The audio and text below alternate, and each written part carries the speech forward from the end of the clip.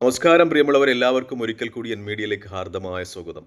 എന്തുകൊണ്ട് ജാമിതിയെ പോലുള്ള ആളുകൾ എതിർക്കപ്പെടണം എന്ന് ചോദിച്ചാൽ, അവർ സമൂഹത്തിലോട്ട് പകർന്നു കൊടുക്കുന്ന ഒരു വെറുപ്പിൻ്റെ, അസഹിഷ്ണുതയുടെ ഇടമുണ്ട്. അത് പരസ്പരം സ്നേഹിച്ചും സഹകരിച്ചും കഴിയുന്ന ജനങ്ങൾക്കിടയിൽ വെറുപ്പും അസഹിഷ്ണുതയും ഉളവാക്കുന്നതിന് കാരണമാണ്. മിക്കപ്പോഴും സത്യവുമായി പുലബന്ധം പോലുമില്ലാത്ത കാര്യങ്ങളാണ് അവർ പടച്ചുവിടുന്നത്.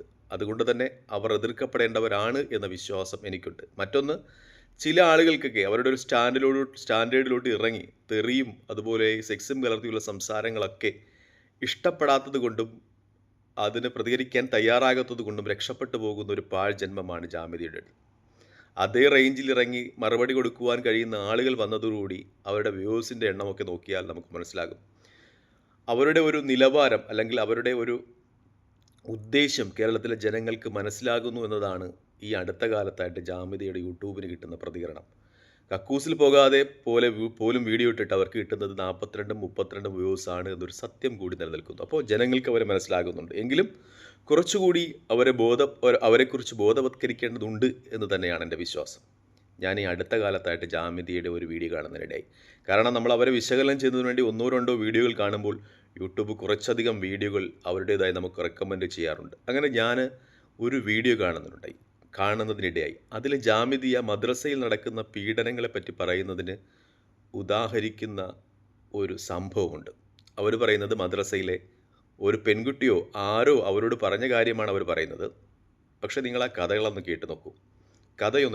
കഥ ഇങ്ങനെയാണ്. മദ്രസയിലെ ഒരു അധ്യാപകൻ ഒരു പെൺകുട്ടിയെ പഠിപ്പിക്കുകയാണ്. സബ്ജക്റ്റ് എന്ന് വെച്ചാൽ മയ്യത്ത് പരിപാലനമാണ്. അപ്പോൾ മയ്യത്തായിട്ട് മദ്രസ അധ്യാപകൻ കാണിക്കുന്ന അയാളുടെ ലിംഗമാണ്. മകളെ, ഇതാണ് മയ്യത്ത്, ഇതിനെ ഒന്ന് തലോടൂ. അപ്പോൾ കുട്ടി തലോടുന്നു, ലിംഗം ഉദ്ധരിക്കുന്നു. എന്നിട്ട് പറയും, മോളെ കബർ കണ്ടിട്ടുണ്ടോ? അപ്പോൾ ഇല്ല.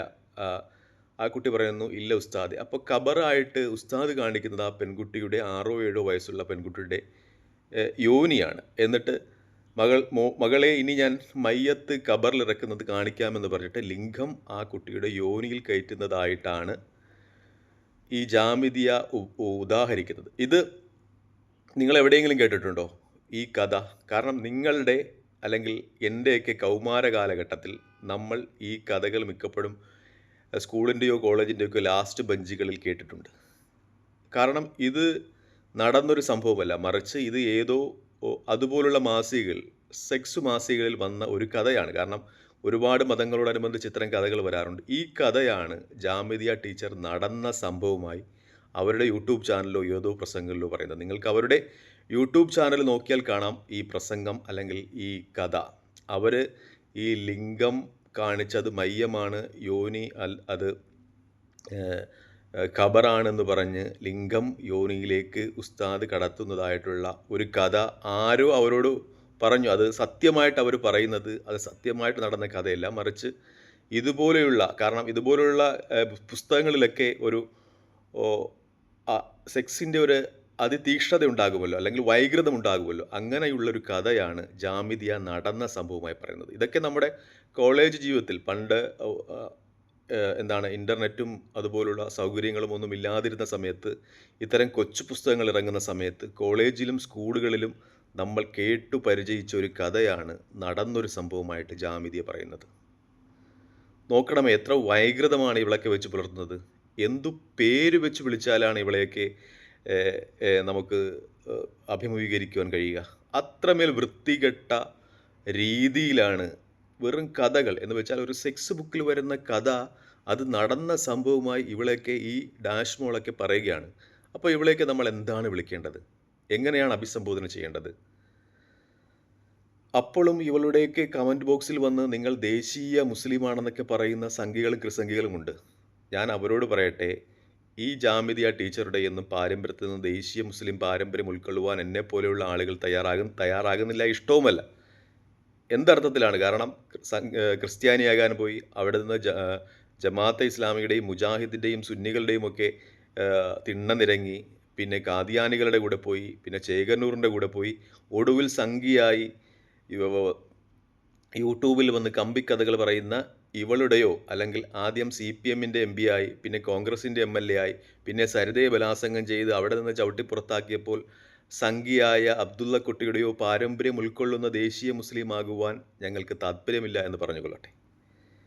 ഞങ്ങൾ ഊർജവും വീര്യവും ഉൾക്കൊള്ളുന്നത് ഇന്ത്യൻ സ്വാതന്ത്ര്യ സമരത്തിൻ്റെ പന്താവിൽ നിറഞ്ഞു നിന്ന മൗലാന അബ്ദുൽ കലാം ആസാദിൻ്റെയും വെറും 32-ാം വയസ്സിൽ ബ്രിട്ടീഷുകാരുടെ അടിയേറ്റ് പിടഞ്ഞു വീണ് മരിച്ച അബ്ദുൾ റഹിമാൻ സാഹിബിൻ്റെയും പാരമ്പര്യത്തിൽ നിന്നാണ്. ഇങ്ങ് തെക്കൻ കേരളത്തിൽ എൻ്റെ നാട്ടിൽ വക്കത്ത് ചെറിയ പ്രായത്തിൽ ബ്രിട്ടീഷുകാരുടെ തൂക്കുമരങ്ങളിലേക്ക് ധീരതയോടെ നടന്നുപോയ വക്കം അബ്ദുൽ ഖാദറിൻ്റെ പാരമ്പര്യത്തിൽ നിന്നാണ്. ദയവായി ജാമിദിയ ടീച്ചറുടെയും ഈ അബ്ദുള്ള കുട്ടിയുടെയും പാരമ്പര്യത്തിൽ നിന്ന് ദേശീയ മുസ്ലിം പാരമ്പര്യം ഉൾക്കൊള്ളുവാൻ നിങ്ങൾ ഞങ്ങളോട് നിർദ്ദേശിക്കരുത്. ഞങ്ങളുടെ പാരമ്പര്യം അബ്ദുൾ റഹ്മാൻ സാഹിബിൻ്റെയും അതുപോലെ അബ്ദുൽ കലാം ആസാദിൻ്റെയും വക്കം അബ്ദുൽ ഖാറിൻ്റെയും ഒക്കെ പാരമ്പര്യത്തിൽ നിന്നാണെന്ന് പറഞ്ഞു കൊള്ളട്ടെ. അപ്പോൾ ഇത്തരം കമ്പിക്കഥകൾ മാത്രമാണ് ഇവരുടെ ചാനലുകൾ ഉള്ളത് എന്നൊരു വസ്തുത കൂടിയുണ്ട്.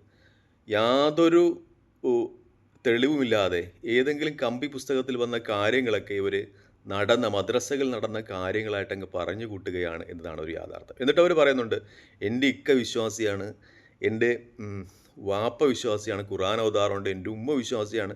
എനിക്ക് ഇവരെക്കാളും രണ്ടു പറയാനുള്ളത് ഇത്രയും മോശം കമൻറ്റുകൾ അല്ലെങ്കിൽ യൂട്യൂബ് വീഡിയോകൾ ചെയ്യുന്ന പ്രവാചകനെയും ഖുർആനെയും ഒക്കെ പറ്റി ഇത്രയും മോശം വൃത്തികെട്ട വീഡിയോകൾ ചെയ്യുകയും നടക്കാത്ത കാര്യങ്ങളൊക്കെ പറഞ്ഞു വരുത്തുകയും ചെയ്യുന്ന ഇവളോടൊപ്പം താമസിക്കുന്ന ഇവളുടെ ഭർത്താവിനെയും ഉമ്മയും വാപ്പയും കുറിച്ചാണ്. എന്തർത്ഥത്തിലാണ് പിന്നെ നിങ്ങൾ ദീൻ പിന്തുടരുന്നു എന്ന് പറയുന്നത് മനസ്സിലാകുന്നില്ല. കാരണം ഇവരൊക്കെ സമൂഹത്തിലേക്ക് പടർത്തിവിടുന്ന ഒരു വിഷവിത്തുണ്ട്, അത് വളരെ വലുതാണ്. കാരണം ഇതൊന്നും സത്യവുമായിട്ട് പുലബന്ധം പോലും ഇല്ലാത്ത കാര്യങ്ങളാണ്. ഞാൻ നേരത്തെ പറഞ്ഞ ഉസ്താദിൻ്റെ മയ്യത്ത് പരിപാലനവുമായി ബന്ധപ്പെട്ട കഥയും ഇതൊക്കെ ഞങ്ങൾ ചെറിയ അല്ലെങ്കിൽ നമ്മുടെ കൗമാരപ്രായത്തിൽ നമുക്ക് ഇത്തരം കാര്യങ്ങൾ ജിജ്ഞാസ ഉണ്ടാകുന്ന ഒരു ക്യൂരിയോസിറ്റി ഉണ്ടാകുന്ന ആ ടൈമിലൊക്കെ വായിച്ച പുസ്തകങ്ങളിൽ നിന്ന് ഞങ്ങളുടെ കൂട്ടുകാരൊക്കെ ബെഞ്ചിൻ്റെ ബാക്ക് ബെഞ്ചിലിരുന്ന് പറയുന്ന കഥകളാണ്. ഇതൊക്കെ ഇപ്പോൾ ആ കഥകൾ കേൾക്കുമ്പോൾ ഞങ്ങൾക്ക് അറപ്പാണ് ഉണ്ടാകുന്നത്. കാരണം വർഷങ്ങൾ കഴിഞ്ഞു, കല്യാണം കഴിച്ചു, കുട്ടികളുണ്ടായി. അപ്പോൾ ഇത്തരം കഥകൾ കേൾക്കുമ്പോൾ ഞങ്ങൾക്ക് കുട്ടികളെ ഓർമ്മ വരും, ചെറിയ കുട്ടികളെയൊക്കെ.